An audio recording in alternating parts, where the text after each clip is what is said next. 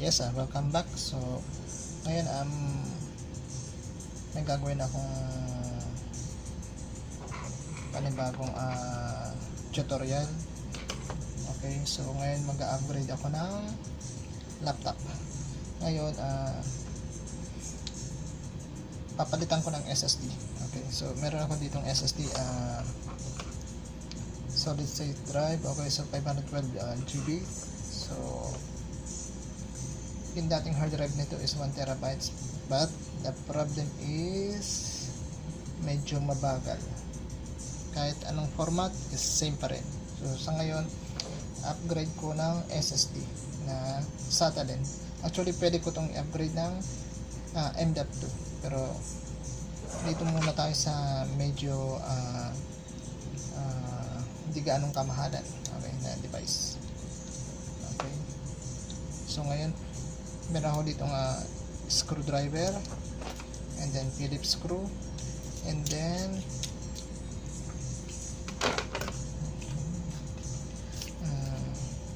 cord para pangtuklap sa cover ng laptop. Okay, so sa ngayon unahin ko muna is tanggalin natin yung battery. Okay, battery, yan, press nyo lang to part na to. Okay, so next is meron mga screw dito. Okay, dalawa, remove.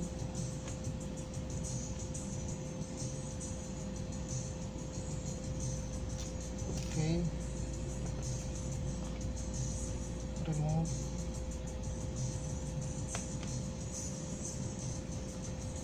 Okay, and then i-separate natin para yung pagkasunod-sunod ng and then ito part na to.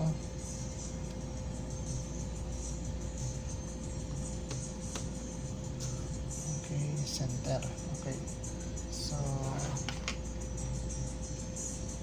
CD-ROM.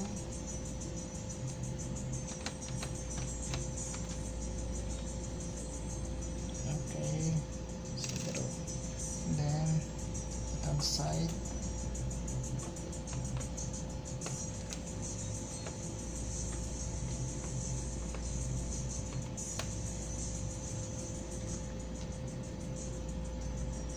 Okay, so ito, and then this side.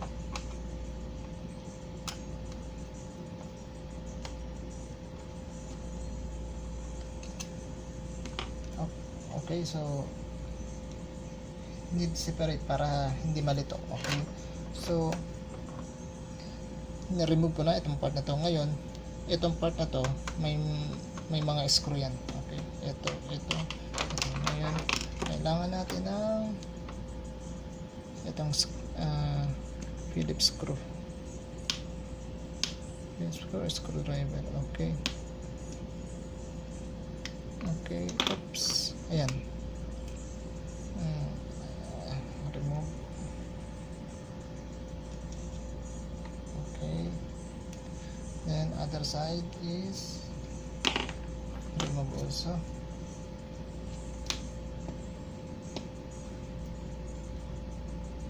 Okay,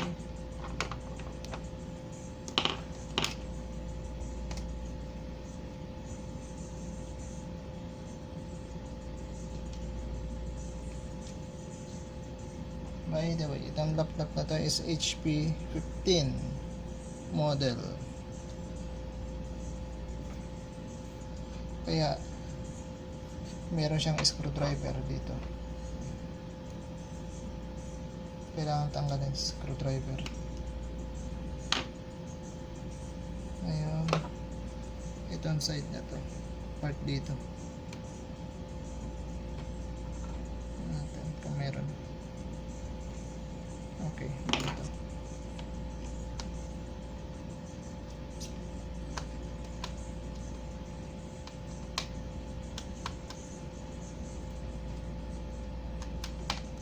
Kailangan tanggalin screw.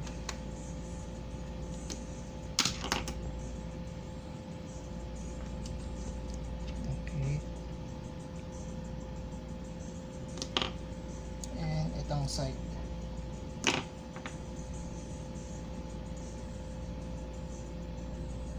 Meron. Okay. Meron din.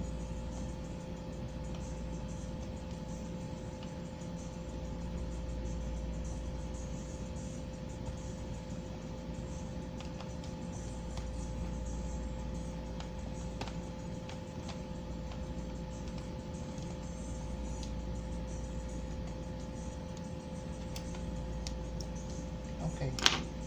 So, na-remove ko na yung mga screw. And then, remove natin seed room. Seed room. Okay, next remove is yung cover. Okay. Okay. Remove cover.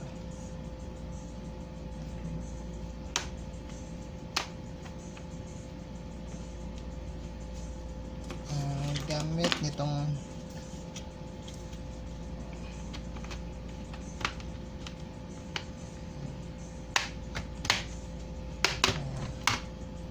ganyan lang.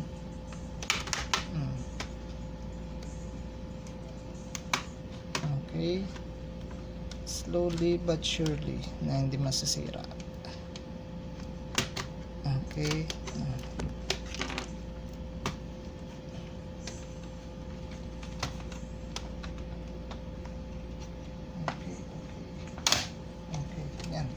Remove.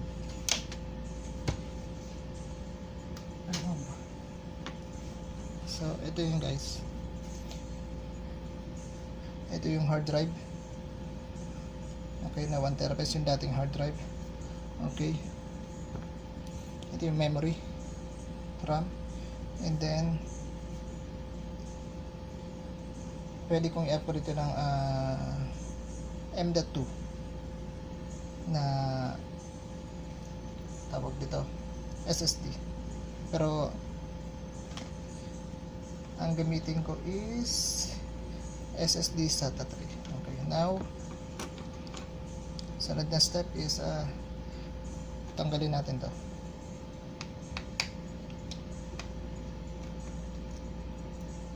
Okay, so meron siyang malit na screw. Okay, and then remove slowly but surely. Okay, yan. Then tanggalin natin itong part para ikabit ko dito sa SATA SSD. Okay.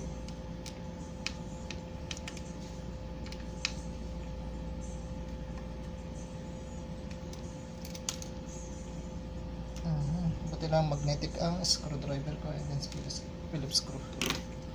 So, ganun lang kadali. Remove. And then, ito yung kakabit ko ngayon. See? Same lang siya. So, okay. Ganyan. And then, kabit. Okay. Kabit. Ayan. Kabit din.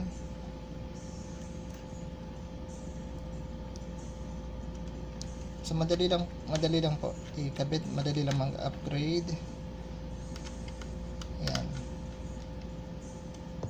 Okay, so connect. Okay, and then screw. Okay.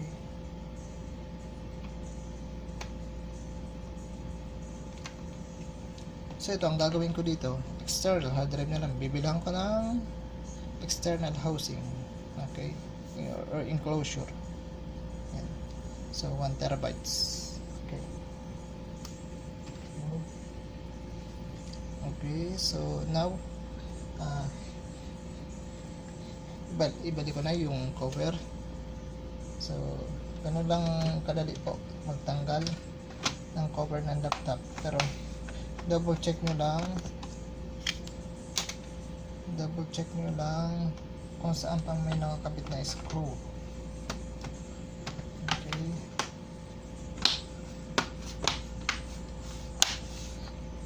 So, tandaan nyo palagi kung saan pang may nakakabit na screw. Ayan. Ayan.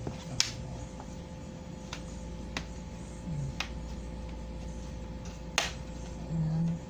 Press lang. Press. Okay. Oops. Okay. Press. Press. Press. Okay. So, yan. Okay na. Then,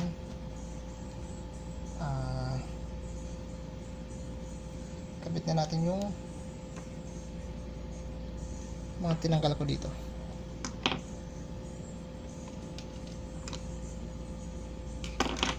Okay.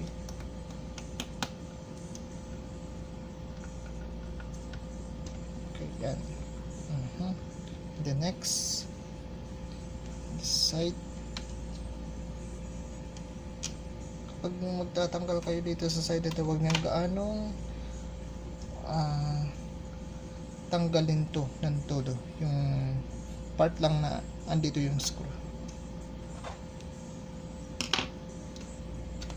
Okay.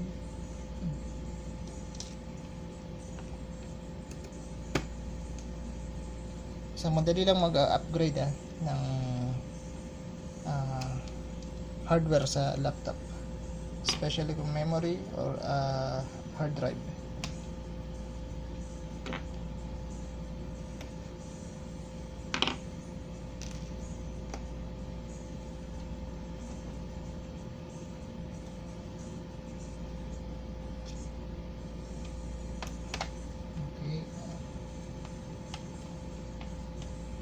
And then, kapag ni-screw nyo, huwag nyo i-screw ng masyadong mahigpit.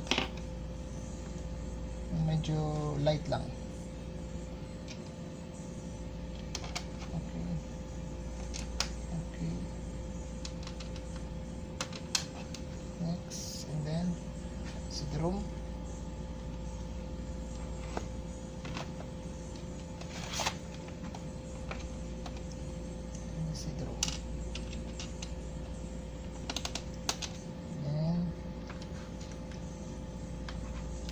Side sa battery.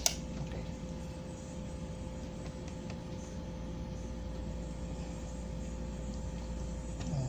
Yan. Huwag gaanong masyadong mahigpit. Kasi iwasan natin yung mag-loose thread ang mga screw.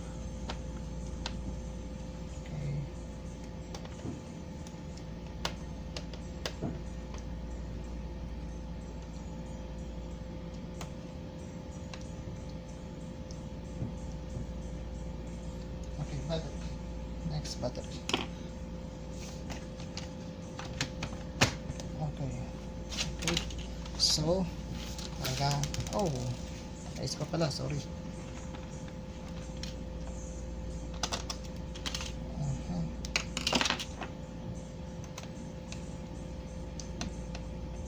Okay. So, cover. Okay. Ngayon, pagkaganahin natin. Okay.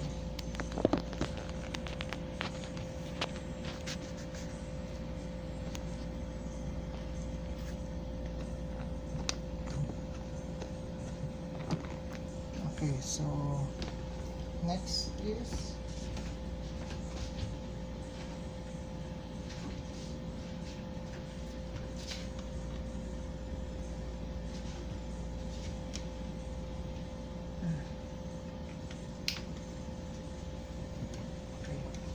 ngayon, punta tayo sa BIOS kung detect yung SSD. Press F10. Okay, password is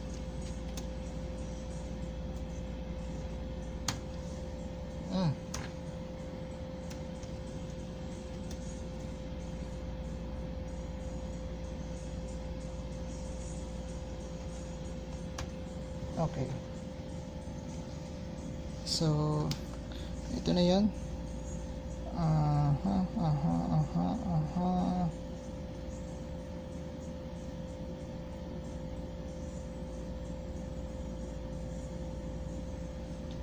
7.06.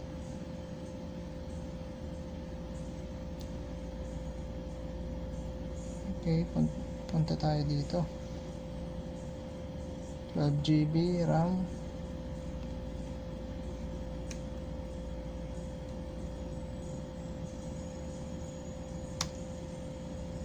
First boot, okay. BIOS, skip.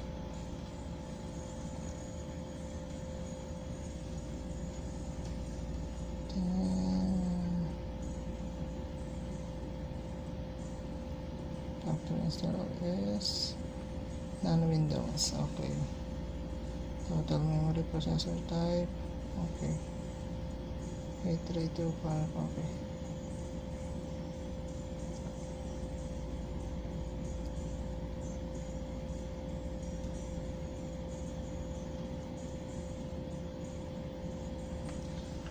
Okay, so try natin mag-install ng Windows for a partial only.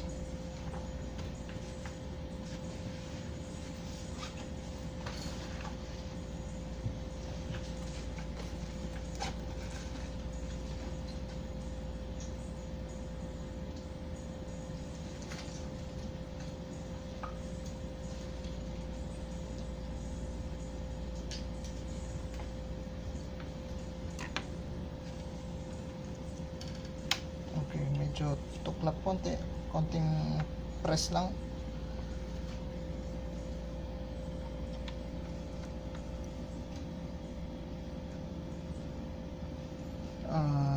Okay, go back here, exit, and F9 for direct booting.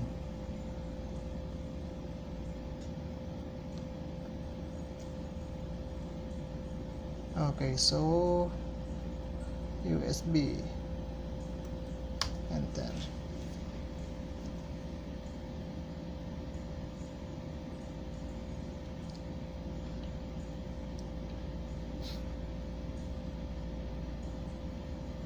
So malalaman natin kung detect.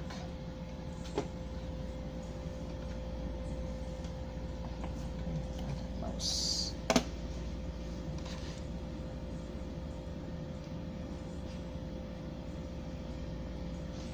Okay, next, install.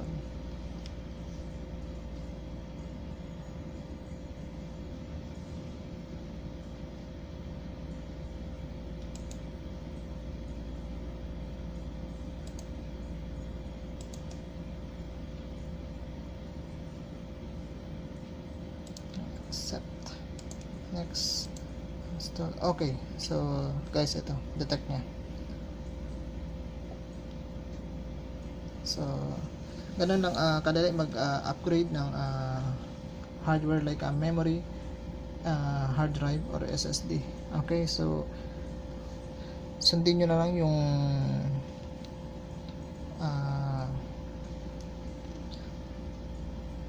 pagkasunod-sunod ng pag